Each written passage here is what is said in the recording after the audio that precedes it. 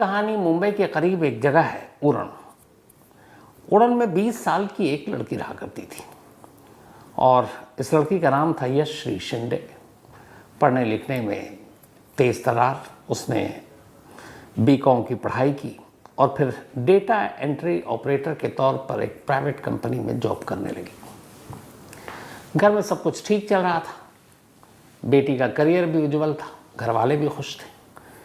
लेकिन तभी 20 जुलाई को यशश्री अपने घर से निकलती है और शाम को जिस टाइम पर वो घर लौटती थी उस दिन वो लौटती नहीं है।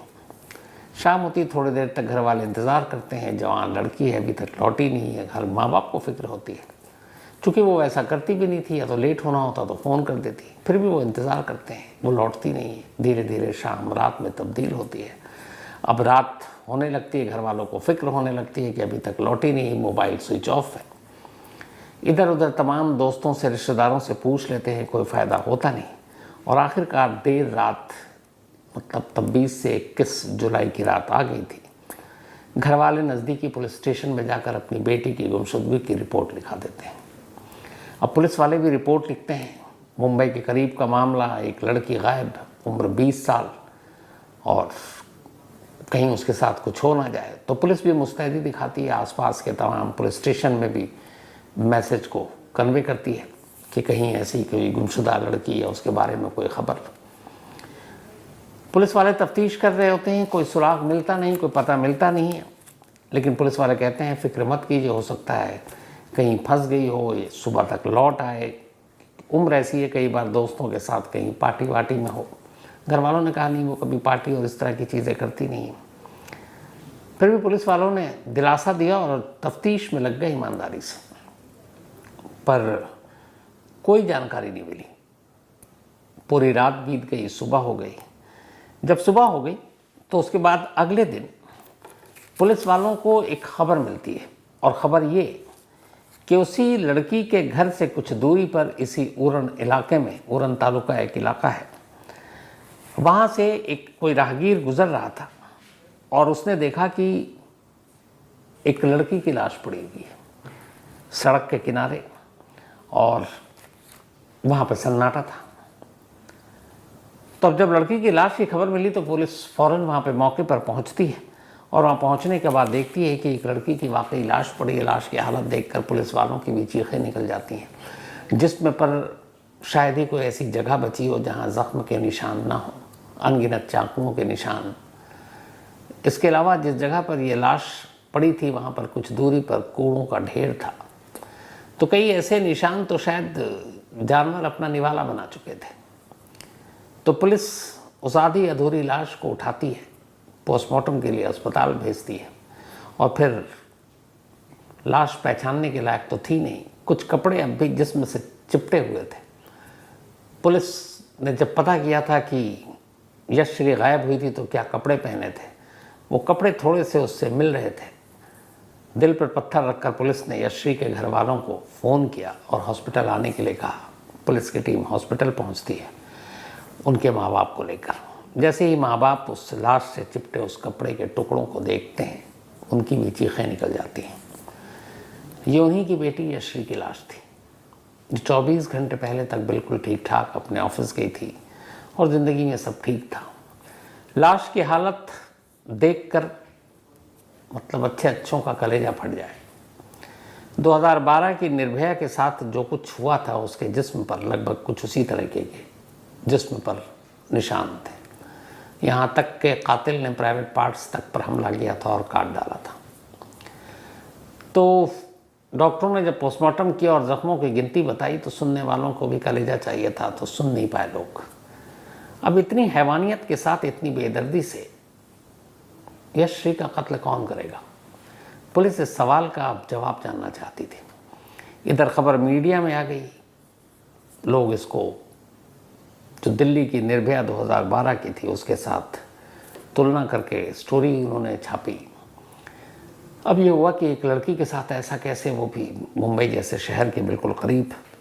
खैर पुलिस ने पूछताछ शुरू की और पूछा कि किसी से कोई दुश्मनी, कोई और। घर वालों ने कहा नहीं, हमारी बेटी की अपनी पढ़ाई लिखाई और उसके बाद वो नौकरी कर रही थी और खुश थी ज़िंदगी में। पुलिस कहते हैं फिर भी कोई पुरानी दुश्मनी। तब अचानक घर वालों को याद आता और वो कहते हैं कि हाँ, करीब 5-6 साल पुरानी बात है, एक लड़का हमारी बेटी की वजह से जेल गया था। तो उन्होंने पूछा क्यों, क्या हुआ था? तो उन्होंने कहा उस लड़के का नाम था दाऊद शेख और वो वहीं रहा करता था इसी उरण इलाके में, और वो अक्सर पहले मेरी बेटी के साथ बातचीत किया करता था जब तक तमीज़ के दायरे में ठीक था, लेकिन फिर उसने मेरी बेटी को तंग करना शुरू किया, उसका यौन शोषण किया। तो फिर घर वालों ने कंप्लेंट लिखा दी और चूँकि उस वक्त बच्ची नाबालिग थी, यश्री 18 की हुई नहीं थी, तो पुलिस ने भी फिर पॉक्सो के तहत मामला दर्ज किया और दाऊद शेख को अरेस्ट कर लिया और अरेस्ट करने के बाद उसको जेल भेज दिया। तो उन्होंने कहा बस ये हुआ था, और उसके बाद से, उस दिन के बाद से कभी दाऊद शेख से हमारा या हमारी बेटी का कोई रिश्ता नहीं, और हमको पता भी नहीं है क्योंकि वो शायद जेल में होगा। तो इसके अलावा और किसी से दुश्मनी नहीं। अब ये बड़े काम की इन्फॉर्मेशन थी पुलिस के लिए। पुलिस ने फ़ौरन कहा कि दाऊद शेख का पता करो। उन्होंने केसेस, जो फाइल थी वो निकाली कि पॉक्सो एक्ट के तहत जो मामला दर्ज था। फिर उन्होंने रिकॉर्ड निकाला, फिर अदालत से जानकारी ली, तो पता चला कि जो दाऊद शेख है वो तो सज़ा काटने के बाद करीब 1.5 साल पहले ही जेल से रिहा हो चुका है। अब अगर वो जेल के अंदर होता तो लगता कि पुलिस को शायद यश्री के कत्ल के पीछे किसी और का हाथ हो सकता है, लेकिन वो 1.5 साल पहले जेल से बाहर आ गया। ये सुनकर पुलिस के कान खड़े हुए कि कहीं ना कहीं उसका इस कत्ल के साथ कोई रिश्ता हो। फिर से पुलिस वालों ने घर से पूछताछ की कि क्या आपको यकीन है कि पिछले 6 साल के बाद कभी दाऊद शेख आपके घर के इर्द गिर्द नहीं दिखा? आपकी बेटी ने कभी बताया कि दाऊद शेख को मिली है या उससे बात करती है? घर वालों ने कहा बिल्कुल नहीं, उन 6 साल के बाद जब से वो जेल गया हम जानते तक नहीं है। फिर भी उन्होंने कहा कि आप अपनी बेटी की सहेलियों से भी पूछिए। अब इस दौरान में पुलिस ने यश्री के कुछ सहेलियों से पूछताछ की। तभी एक सहेली ने बताया कि सर ये बात 19 जुलाई की है, यानी जिस दिन वो गायब हुए उससे एक दिन पहले। यश्री ने उससे कहा था कि आज मुझे एक लड़के से मिलने जाना है, मैं मिलना नहीं चाहती हूँ, मुझे डर भी लग रहा है उससे मिलते हुए, लेकिन मजबूरी है। तब उस दोस्त ने कहा भी कि जब तुझे ऐसा डर लग रहा तो क्यों जा रही है? तो उसने कहा नहीं, मिलना भी ज़रूरी है। और उसने कहा मुझे एक ख़ास जगह पर उसने बुलाया। तो उसके दोस्त ने कहा कि तू बता तो मैं भी चलूँ साथ। उसने कहा नहीं, उसने मुझे अकेले बुलाया, लेकिन उसका नाम क्या था, किस जगह पर बुलाया, ये उसे मालूम नहीं था। फिर उस लड़की को याद आता और कहती है कि सर जहाँ पर यश्री की लाश मिली है, वो जो इलाका है, वो उसी इलाके का नाम ले रही थी कि कल मुझे उधर जाना है। लेकिन वो इलाका बड़ा था, उस जगह पे एग्जैक्ट कहाँ पर है उसने नहीं बताया, लेकिन जहाँ लाश मिली वो घर से दूरी पर है, और उसी इलाके का नाम उसने लिया कि मुझे वहाँ जाना है किसी एक लड़के से मिलने, जिससे मिलते हुए मुझे डर लग रहा है पर मिलना भी ज़रूरी है। तब जब उस लड़की की, उसकी फ्रेंड का ये बयान आया तो फिर पुलिस चौंकी कि इसका मतलब है कि कातिल ने ही कत्ल वाली जगह पर यश्री को बुलाया था। लेकिन वो कौन हो सकता है? उधर पता चला कि वो 1.5 साल पहले जेल से बाहर आ चुका है। अब पुलिस ने खंगालना शुरू किया कि यह है कहाँ दाऊद शेख। तो दाऊद शेख के कुछ पुराने पतों पर दबिश डाली गई, उसके रिश्तेदारों को ढूंढा गया, तो वहाँ से एक दूसरी जानकारी मिली। पता चला कि जेल जाने के बाद जब वो जेल से बाहर आया तो उसने कहा कि अब मैं इस इलाके में नहीं रुकूंगा, बल्कि इस शहर में ही नहीं रहूँगा, और उसने ये उरण इलाका छोड़ दिया और वो कर्नाटक चला गया और अब बेंगलुरु में है और वहीं नौकरी करता है। अब पुलिस के लिए ये कि वो बेंगलुरु चला गया, यहाँ घर वालों में से कोई भी ऐसा चश्मदीद नहीं जिसने उसको उरण में देखा हो। लेकिन खैर, पुलिस अब की एक टीम बेंगलुरु जाती है और बेंगलुरु जाने के बाद पता करती कि वो कहाँ है। उधर पुलिस की टीम बेंगलुरु गई है, लेकिन अभी एग्जैक्ट लोकेशन और पता मालूम नहीं है कि वो है कहाँ पर। इधर उरण की पुलिस टीम अब तफ्तीश कर रही है और उस इलाके की जहाँ से लाश मिली, आसपास में कुछ ऐसी ख़ास चीज़ नहीं थी, लेकिन पुलिस ने ये किया कि जहाँ लाश मिली उससे कुछ पहले के तमाम फुटेज जो है वो खंगालने शुरू किए, कहीं कोई सीसीटीवी हो। कामयाबी मिली, एक जगह पर एक सीसीटीवी फुटेज दिखाई दिया जो उसी रास्ते की तरफ जा रहा जहाँ से लाश मिली थी, और उसी रास्ते पर पुलिस को सीसीटीवी कैमरे में यश्री जाती हुई दिखाई देती है। जिस दिन यशश्री अपने घर से गायब हुई थी उस दिन थर्सडे था, और जिस जगह पे उसकी लाश मिली उससे कुछ दूर पहले एक रास्ता जाता था जहां पर लाश मिली थी, और उस रास्ते पर एक सीसीटीवी कैमरा लगा हुआ था। तो वो कैमरा इत्तेफाक से पुलिस ने देखा, और तब पुलिस को सीसीटीवी फुटेज आप देख रहे हैं उसी वक्त की है। उसी जगह से यशश्री पैदल अकेली जा रही है और इस कैमरे में कैद हो गई। इसके बाद जहां पे ये लाश मिली थी उसी जगह जा रही है। ठीक उसके जाने के 5 मिनट के बाद, लगभग 5 मिनट का गैप है, एक और शख्स 2:22 पर उधर ही जा रहा है जिस तरफ यशश्री गई है। अब जब इन दोनों को देखा गया और सीसीटीवी फुटेज में यशश्री कैद हो गई और उसके 5 मिनट के अंदर अंदर अकेला एक लड़का, और फिर कोई ऐसा शख्स वहां से गुजरता हुआ दिखाई नहीं दिया जिसके ऊपर कुछ शक या डाउट किया जा सके, तो पुलिस को यकीन हो गया कि 5 मिनट के गैप के दौरान में ये जो यशश्री के पीछे लड़का गया है यही कातिल हो सकता है। पर ये लड़का है कौन? पुलिस ने उस तस्वीर को सीसीटीवी फुटेज के इनलाज किया, इसके बाद उसकी पिक्चर ली और यशश्री के घर पहुंच गए। यशश्री के माँ और बाप को वो तस्वीर दिखाई, पूछा कि क्या आप इसे जानते हैं? जैसे ही माँ बाप ने वो तस्वीर देखी वो हैरान। उन्होंने कहा यही तो दाऊद शेख, वही दाऊद शेख जो 6 साल पहले यशश्री को छेड़ने और यौन शोषण के इल्ज़ाम में पॉक्सो एक्ट के तहत जेल गया था। अब वो तस्वीर इस बात की गवाही दे रही थी कि जेल के आने के बाद कर्नाटक या बेंगलुरु में बेशक वो रह रहा हो, लेकिन 20 जुलाई को वो इसी मुंबई के करीब उरण तालुका में मौजूद था, और ये सीसीटीवी कैमरा उसकी गवाही दे रहे हैं। और इस तस्वीर से ये भी साफ था, जो यशश्री ने अपनी सहेली से कहा था कि उसे एक शख्स से मिलने जाना है, मिलना चाहती नहीं हूँ, मिलने में डर भी लग रहा है लेकिन मिलना भी है, तो ये मतलब वही शख्स था। तो पुलिस को यकीन हो गया कि इस कत्ल के पीछे दाऊद शेख का हाथ है। उधर अब बेंगलुरु में दाऊद शेख की तलाश हो रही है। आखिरकार तलाश कामयाब रही, और अभी एक दिन पहले यानी कि 31 जुलाई को दाऊद शेख गिरफ्तार कर लिया गया। उसे गिरफ्तार करने के बाद मुंबई लाया गया और फिर उसे कोर्ट में पेश किया गया। 7 जुलाई तक, तो 7 दिन, 7 अगस्त तक के लिए उसे पुलिस कस्टडी में भेजा गया है। और अब पुलिस दाऊद शेख से पूछताछ कर ये पता लगाने की कोशिश कर रही है कि आखिर इस कत्ल के पीछे की असली वजह क्या है। 3 थ्योरी पर पुलिस काम कर रही है। 3। पुलिस की पहली थ्योरी ये है कि चूंकि यशश्री के घर वालों ने पॉक्सो एक्ट के तहत उसे जेल भिजवाया, वो जेल से बाहर आया और उसने बदला लिया।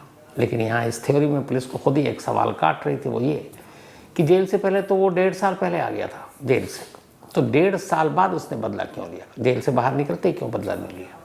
लेकिन इसका जवाब भी मिल गया।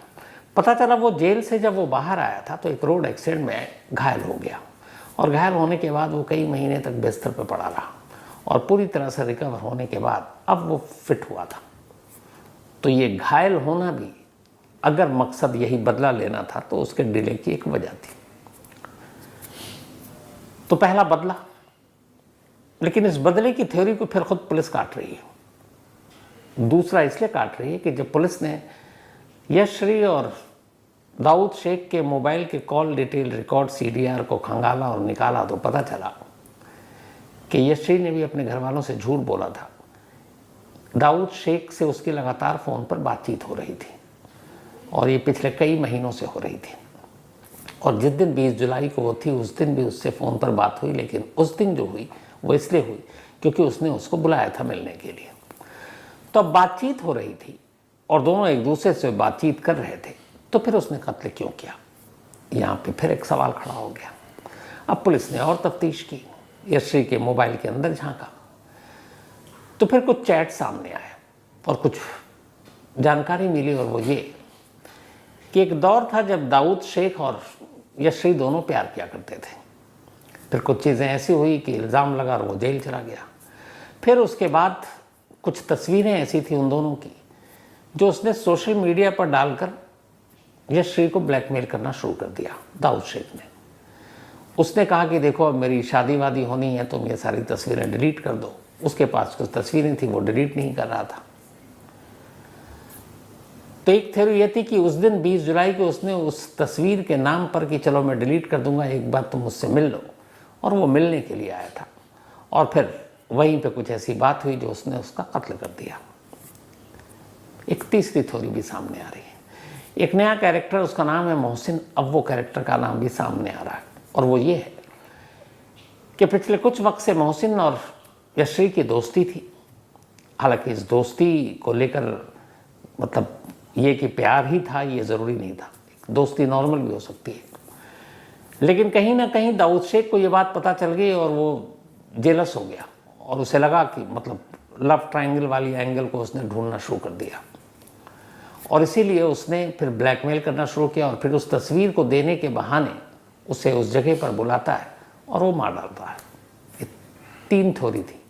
अब जब पुलिस से सवाल किया गया कि इसमें से 3 थ्योरी कौन सी हो सकती मौत की वजह, तो मुंबई पुलिस का कहना है कि थोड़ा सा इंतज़ार करना पड़ेगा, क्योंकि अभी तक मोटिव पूरी तरह से क्लियर नहीं है। लेकिन इतना क्लियर है कि यशश्री का कत्ल दाऊद शेख नहीं किया है। दाऊद शेख ने कत्ल किया, लेकिन जब सवाल पूछा गया कि एक कत्ल बदला तो समझ में आता है, लेकिन जिस हैवानियत और दरिंदगी के साथ उसने कत्ल किया, उसके पीछे उसकी क्या सोच हो सकती है? इस सवाल का जवाब भी फिलहाल पुलिस के पास नहीं है।